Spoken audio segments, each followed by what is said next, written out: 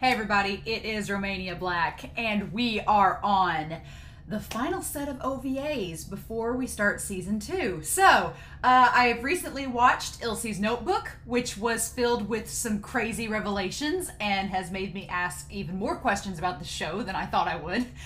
So we watched that. That was intense and insane. And then we watched Distress and a Sudden Visitor. And Distress was surprisingly tense for being an OVA that had characters that we knew were going to survive, but still were put in situations where I honestly felt tension. And I think it's just because of this show. This show can make that sort of scene seem incredibly tense, even though you know the characters are going to live and make it through it. So that was really good. And then A Sudden Visitor was just madness. Just an absolute romp. As a huge Jean fan, probably, if y'all need a fan club president, I'll volunteer. I volunteer as tribute. As a massive Jean fan in this show, that was wonderful. That was awesome. The parody was ridiculous. The humor was crazy. The whole thing. I felt so bad because I was so caught up in the reaction. It was so batshit insane that I missed out on two really important things. And I forgot to talk about them in the reaction because I'm watching these reactions on the sketchiest of sketch sites. So I don't want to go back and rewatch after I've already watched it because I'm afraid I'm going to click the wrong button and the whole thing's going to crash. So there are two things from A Sudden Visitor that I wanted to note on before going into this OVA. One, I was so mad at myself because I was busy writing down notes during the OP that I didn't notice that the entire OP was redone to be in Jean's image. And y'all probably commented in the comment section about it and been like, Romania, how could you miss it? But let me reassure you, as my dogs are fighting behind me, I went back and rewatched it, and it was freaking hilarious. Like, everything's Jean instead of Eren, even to the point where when Eren's going after the Colossal Titan at the end, Jean's above him like, got you, man. And it's like, it's so good. So there was that, and then I missed out on the part where it's in the thumbnail for A Sudden Visitor, where Mikasa, Armin, Jean, and Krista are like, we'll help you, and they all bite their hands to turn into the Titan. Mikasa turns into like a bulky Titan like Eren. Jean and Armin look like the crazy, weird Titans with the giant heads. And then it's Krista that looks like the Angel Titan. What? I thought for a second it was like Armin or Annie, and I was like, no, it was Krista. And then there's like Connie as a little Titan in the bottom. Amazing. Needless to say, that one was wonderful. I loved all these OVAs that we've watched so far. Ilse's Notebook was very serious and somber and very on par with the tone of the show. And then you had A Sudden Visitor and Distress, which were a little bit more lighthearted and kind of like, oh, look at the good old days of Attack on Titan before things went south. But we're about to watch No Regrets. And No Regrets is Levi's backstory. And I have a feeling that we're going to round out these OVAs with a harsh tone shift back to reality. And I've enjoyed these OVAs, but ever since Levi was introduced, I've wanted to know his backstory. Ever since we learned that he's 30 years old. So he's been in the Survey Corps for a while. I've been like, okay, what age did he join? Was he Eren's age? Has he been in the Survey Corps for like 15 years? Has he known, Oro and them for how long? Petra's really young, so I figure he's not known Petra very long. But Oro and Eld, how long has he known them? Hanji, Erwin, I've wanted to see those relationships develop, and so the chance to see this OVA, I'm really, really excited about. But this is the last OVA that I'm watching, parts 1 and part 2 of No Regrets. And then afterwards, there's only going to be one more thing in between this OVA and season 2, and that is going to be, I'm going to be doing a recap, review, and RIP video, where I'm going to be doing, basically it's going to be in lieu of a live stream. I'm going to be doing this giant recap review. I'm going to be watching Attack on Titan in 9 minutes, because y'all have begged me to and said it's a rite of passage, so I'm going to be doing that in the reaction. And then I'm going to be just talking about my favorite episodes, theories, what I'm thinking is going to happen in season 2, and then I'm going to do like a ranking of the characters. So it's going to be a lot of fun.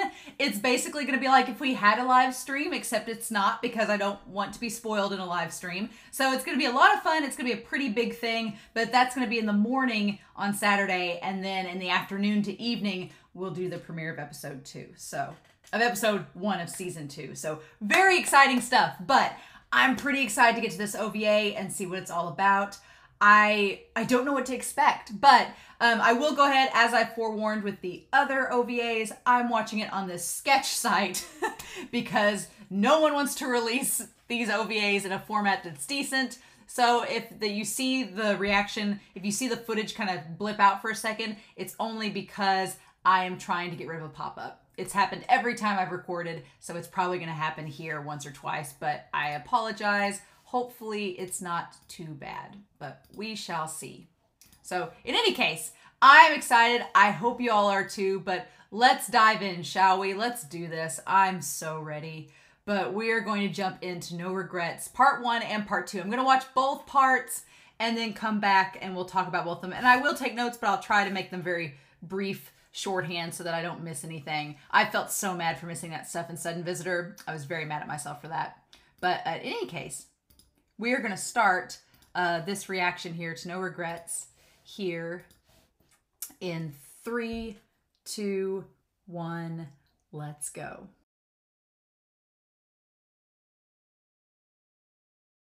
That was incredible. That isn't what I expected at all to be Levi's backstory. At all.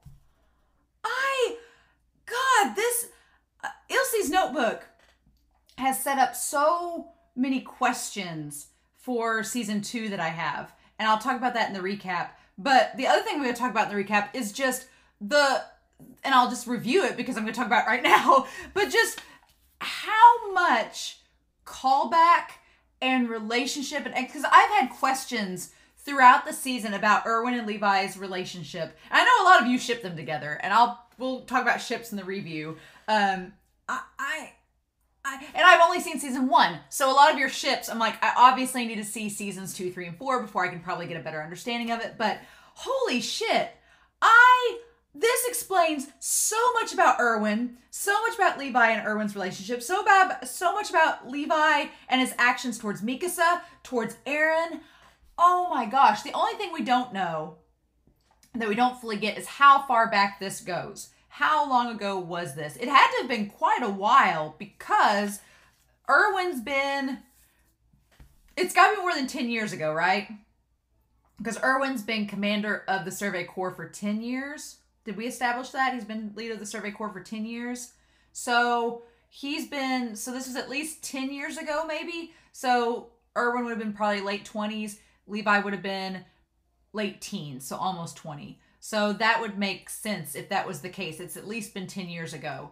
That timeline kind of checks out. But the fact that in 10 years they've done 30 missions, because this was the 23rd reconnaissance mission, and in the season it was the 53rd. So that's really interesting. But I took so many notes. I was like, I was trying to watch and make sure that I didn't miss anything. Man, the animation and soundtrack was really good for this. Why is this not on Blu-ray? Funimation, Japan, help. Why are you not releasing this? I would buy this in a heartbeat to go back and watch it. I probably will. I'll wade through the hentai to watch that again. Oh my gosh. So many things. First of all, we get a little bit of insight into where the stolen gear is going. So this whole season I've been like, where's the stolen gear going? Who would be buying stolen gear? But there's a whole underground world, that there's all these destitute populations where they're just buying and dealing equipment underground. And I get the whole black market now, because it's like, yeah, that makes total sense. Because these guys, Levi and Farlan and Isabel, they've had all this time to practice with the gear because they just stole it. So yeah, sure. We don't exactly get Levi's total backstory. We just start here in the past, but that's enough. That's enough for now. But at first I was like, man, the underground idea seems really cool, right? On the surface, in theory, you're like, that would be really cool, because if you're underground, there's never going to be a Titan attack. The Titans can't get down to you. So what would be the issue? But then they established that they don't have like modern medicine like we do now. So yeah, if you get like gangrene or a leg order or scurvy or some kind of leg disease, you really don't have any other choice but to go up top. And if your resources are limited, which they are, then you're kind of stuck there. Like, they established that there's some people that just live and die underground. They never see sunlight. And it's so ironic that the safest place right now in this series is underground. But at the time, they're like, man, I'd give anything to live above ground. And I'm thinking of season 1 going, no, you don't. You don't want to live above ground because it's dangerous. That's so fascinating. And so we don't really get an establishment of, I'm assuming this is within Walsina, but it might be within Walrose that all this is going down. But the idea that God. And this goes back to episode 24 and 23 when Armin was talking about the abandoned underground routes that they had drawn. Armin was talking about that. So this is a reference to that. That's so interesting. So yeah, the failed underground route. So I've got all my notes here. I'm recording that. I'm trying to get people paying to go above ground. So yeah, the idea of that there's routes and that you have to pay to go up a certain staircase, and there's at least 11 stairways, so they go to different parts of the kingdom. That's so freaking cool. And I wonder if we're ever going to tie back to that. Like they talked about Annie right now is underground, so I wonder if we're going to go into these underground areas because Levi grew up in one, so that would make sense. But this Lobov guy, Governor Lobov, what a twist about Erwin. So Lobov, I was like, why is he enlisting these kids? But he was just setting them up. He's like, I'll hire these little urchins that are really good at equipment that everybody's been talking about. I'll hire them to kill Erwin. And then if they get punished, it won't come back on me. It'll be all on them. And it all backfires because Erwin is one smart cookie. I want to talk about Erwin because I ever since episode 24 and 25, I've had some questions about Erwin's decision making. And it's clear that he's a little bit different in this than he is in the present, right? His thinking is a little bit different. And you can kind of tell what's so masterful about this episode is you can sort of tell how much time has jaded Erwin and his point of view. Because when they established at the beginning of this, Erwin was like, his whole point was to start creating missions where they're not just focused on killing the Titans, but avoiding them to save people. And it's like, man, how things have changed, because Erwin back then focusing on and him developing the flares, like the fact that he developed the flares and the colors and everything is so freaking cool. And it's neat to see Erwin not in the commander position. He's clearly the second in command. He is what Levi is now to Erwin as the commander. He is in the Levi position now. Erwin is in this flashback. And then later on, Erwin upgrades to the commander and Levi's his second-hand person. Interesting. But yeah, it's so intriguing to see how much Erwin has changed, because in this flashback, in No Regrets, he's focusing on avoiding Titans and saving people. And it's kind of a little bit different because in this season, towards the end, he's like, yeah, we're going to succeed in our mission no matter what the cost. And casualties be damned as long as we destroy the Titans. So things have clearly changed for Erwin along the way. Like he's either seen so many people die, or he's seen how dire it is, or he's seen how dangerous the Titans have become, and that's changed his mindset a little bit. But that's so fascinating. Ever since the end of season 1, I've been like thinking, I need more Erwin. I need more info on Erwin. And we get a lot into his character in this. There's so much that I want to talk about with his character. So we get introduced to Isabel and Farland, these cinnamon roll precious children that as soon as they popped on the screen, I was like, they are going to die. How they died, I did not see coming. That was, and it's so, oh my God, the parallels to Levi and Aaron. Thank y'all for not spoiling this OVA, because there's so much that y'all could have said in the episodes that I would have been like, oh, okay, I'm expecting this. No clue. Total, complete shock. The idea of, and this is kind of going back to Erwin telling Aaron back in episode 14 and 15, when he's saying, who do you think the enemy is? Erwin is very privy to how disgusting and awful humanity can become, because he knows this Lobov guy and what he's capable of. So the Lobov guy holding the Jan boy hostage, basically, and in such a sick and twisted way, he's like, oh, well, you know, your friend needs surgery at this hospital, so consider this a down payment. I'm saving your friend's life, so now you owe me. It's like, it's such a prissy and condescending way of blackmailing someone that seems very much what an aristocrat would do. But man, I pictured like Levi being kind of like Aaron and inspired into joining the Survey Corps, and him joining and becoming friends with Erwin and them training together. And I didn't expect this whole friendship to develop because of an assassination attempt. What? So I love the symbolism of it. It's such a, at first you're like, okay, mangaka, we know Levi is a neat freak and he's very cleanly and hygienic. They take their hygiene very seriously, as him and Farland said. But it's hilarious to me because you have him getting held down in the mud, which makes him pissed off too. But here's the thing, this is a symbolic gesture. Erwin, who at this point we know now, he was in on what was going on. He had his suspicions that Lobov was using these kids to do something crazy, like try to assassinate him. And so he knew all this. And so him kneeling into the mud, him kneeling into the filth, getting on Levi's level and saying, yeah, we're dragging you through the mud, but I'm right here with you. It's so telling. And I don't know if Levi realizes it in that moment that Erwin is putting himself on Levi's level and just dirtying himself just as much. But that was so cool, like him kneeling in the mud, because he could have avoided it, but he kneels down on level and gets himself dirty to say, hey, no, I get it. I get what we're doing. So and Mike, it's nice to know that Mike and Hanji have been in here the longest. So, and Petra, that's interesting though. We don't see Oro, we don't see Eld, but we do see a young Petra, which is sad. She looks so incredibly young there. We see a young Petra, and then we see Hanji, who looks the same, and Erwin and Mike. So knowing that they're kind of the elder guard which makes it all the more sad because, oh my God, Levi losing Petra and Eld and them, you can tell now him having flashbacks to losing Isabel and Farland.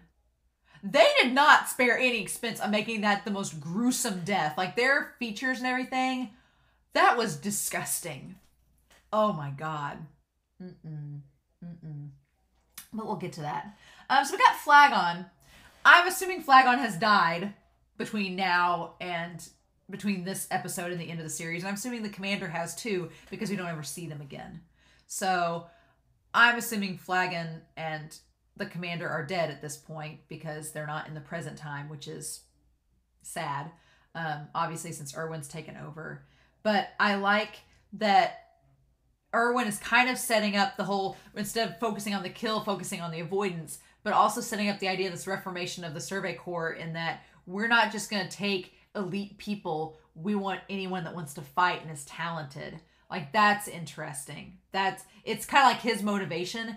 But here's the thing. Here's the crazy thing. Again, I've been wondering about this whole underground movement. So we get the idea of the Lang Corporation. The Lang Corporation that is basically creating military goods. And so this Governor Lobov wants to reroute funds from the Survey Corps to the military police, which is kind of hilarious in the most awful way, because it's like you're taking funds from the group saving you from the Titans outside and trying to research them and bringing it into the military police, who aren't doing anything to begin with. Like we've established in season 1, the military police, they're not doing a damn thing. They're playing cards all day. So you're wanting to give them more stuff rather than the Corps that's actually using it. It's kind of hilarious. But here's the thing that's interesting. The idea of an anti-reconnaissance division, that Lobov is anti-reconnaissance.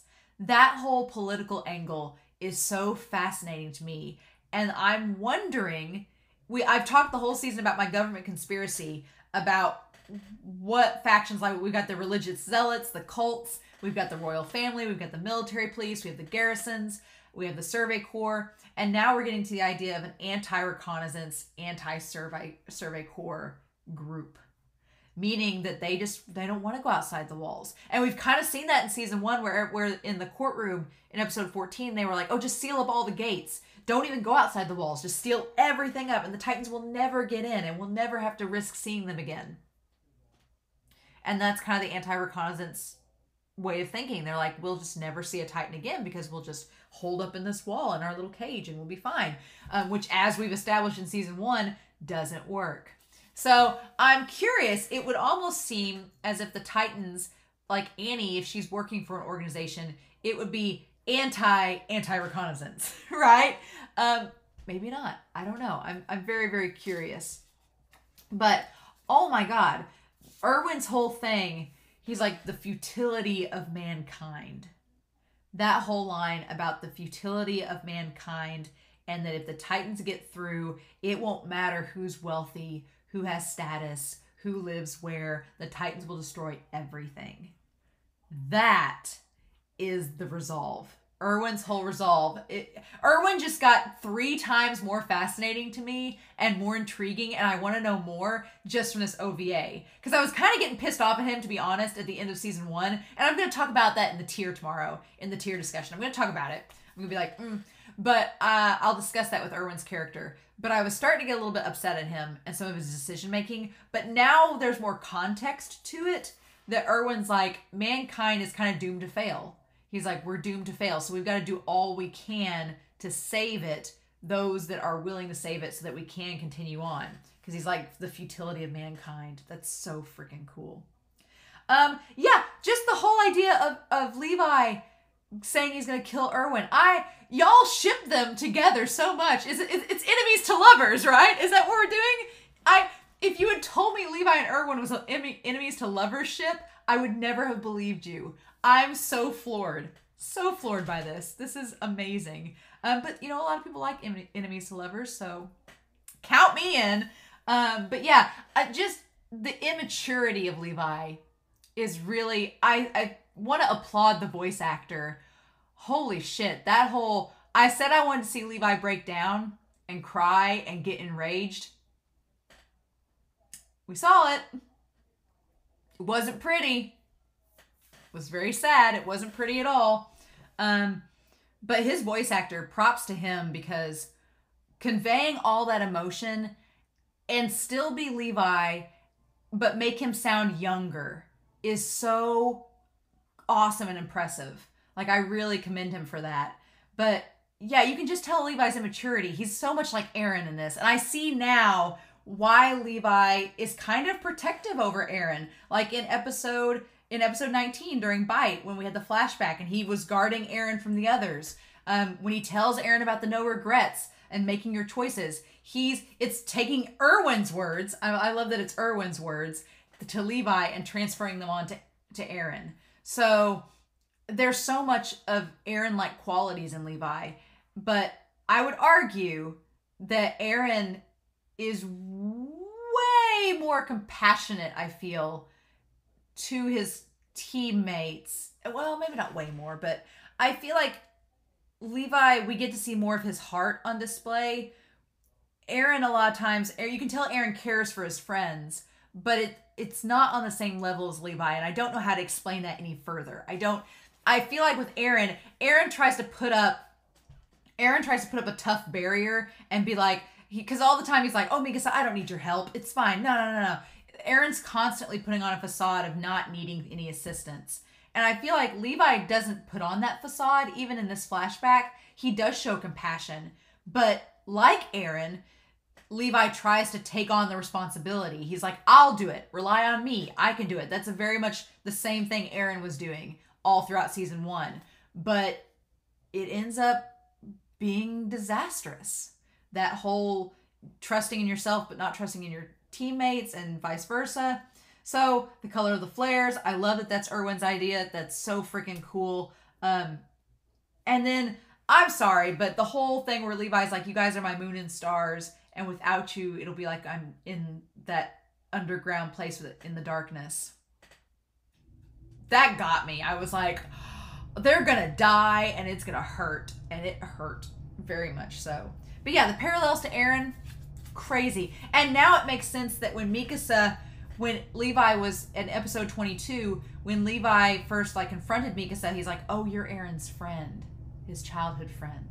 Like, he instantly knew what she felt like with Eren being taken away, because he felt those feelings for them, for Farlan and Isabel. He felt those same feelings. So he instantly knew how she felt and could connect with her. That's so freaking cool. Erwin saying, do you have any doubts? Like, do you have doubts? And telling them, like, they did a very impressive job with that first confrontation with the Titan. Like, I was like, man, they just killed 3 Titans. That was like, it was nothing. But Erwin's like, you used up too much gas. You're not, you didn't conserve your power. You need to be conservative out here. And Levi tries to get cocky. He's like, well, what are you trying to say? And he's like, do you have doubts in yourself? If you have doubts, that'll be the death of you very soon. And it's like, spitting truth bombs, like tough love. Erwin is tough love, man. And the idea of no regrets. And that's what I wonder. I'm like, I wonder if they did use up too much gas. They didn't listen to Erwin's advice, and they used it all up and then were caught. But the thing is, the idea that Levi, I mean, it was a smart move. He's like, I'm going to use the rain as a cover and then sneak up on Erwin and kill him. And he chose to leave them behind. And at the time, it made sense, but it ended up being, which granted, him going ahead possibly saved his life. So that's the rub of it. That's the rub of it, right? The idea that his decision possibly saved his life, but his decision also, it ended up with his friends dying. So is Levi responsible for them dying? No, of course not. He's not responsible for them dying at all. They died by whatever means. We don't know because we didn't get to see it, but it wasn't Levi's fault that they died. But he has to live with the decision that he made. He has to live with it, right? And I love Erwin telling him, Erwin grabbing his blade with his hand. Oh my gosh. Like just Erwin being like, because he knew at this point, he knew what Levi was there to do. And he still looked him in the eye and was like, he's like, look, he's like, whatever choice you make, don't regret it. He's like, if you start to let people make decisions for you, then you'll slowly just be dying. So he's like, you let the governor make that decision for you. And he's like, you just got to trust and not regret what decision you made. And so, and then he was like, he could have easily arrested Levi for attempted murder. And then he showed him that it was a fake, the list of crimes. He'd already sent the real one off. He had planned all this ahead. Big brain Erwin. And then he let Levi stick around because he's like, well, you have nothing else. And I'm not giving up on you. It's like, damn. Don't let others decide your fate. That just... And then at the very end there, when they go on the next reconnaissance mission, Levi's like, you're the one thing I don't understand. Why... How you can say these things to me and have this viewpoint. He's like, I don't understand it. And I'm still trying to figure out what you mean. So I love that because this whole season, y'all have been telling me about Levi and Erwin being a duo. And I know that seasons 2, 3, and 4 are probably going to expand on this and I'll understand it by the end. But this whole season I've been like, it feels like Erwin and Levi are constantly in contention with one another. They're constantly challenging one another with their viewpoints. They're constantly challenging each other's decisions. And so Levi's always like, oh, are you sure you want to do this? And Erwin's like, yes. Erwin's resolve is insane. Like, Erwin is so set in his way that when he decides something, he's like, no, we're going all in. He's like pushing all the chips in for the move, right? But I love this because the whole season I've been like, Levi and Erwin are constantly challenging each other, questioning each other, but they clearly respect each other. So there's not animosity there by this point. But they're still, and what it is Levi's still trying to figure him out. After all this time, Levi still can't read him. He can't understand him. And he spent all these years trying to figure out how he ticks and why he's making the decisions that he does. And he's still questioning him to try to figure it out. That's so freaking cool. I liked Ilse's Notebook. Sudden Visitor was funny. And Distress was charming. But this was my jam.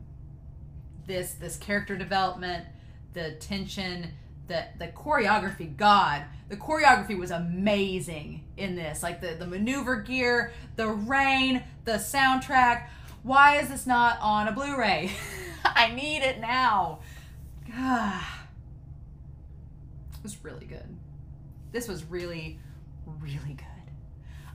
Y'all, this has got me so hyped for season 2. So hyped. But you know what's got me even more hyped for? For the recap, review, and RIP. So yes, friends, I'm gonna add old Farland and Isabel to our death count because they did die. We need to recognize that. We need to give props to them, cheers to them, because they gave their lives for Levi's story to continue.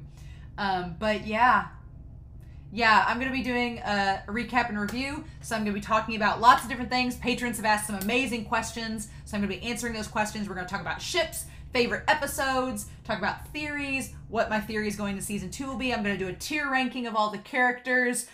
I'm going to be doing toast to all the fallen. So no regrettable decisions, no regrets.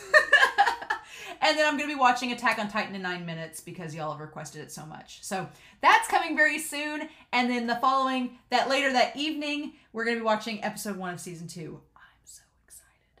So in the meantime, I am curious to know your thoughts down below, what y'all thought of this, because I thought it was amazing. Favorite OVA, hands down, but we'll go from there. So in the meantime, I'm curious to know your thoughts down below, but in the meantime, I hope you all have a wonderful week. Please stay safe, take care, and I'll be back very soon with more Attack on Titan. Bye.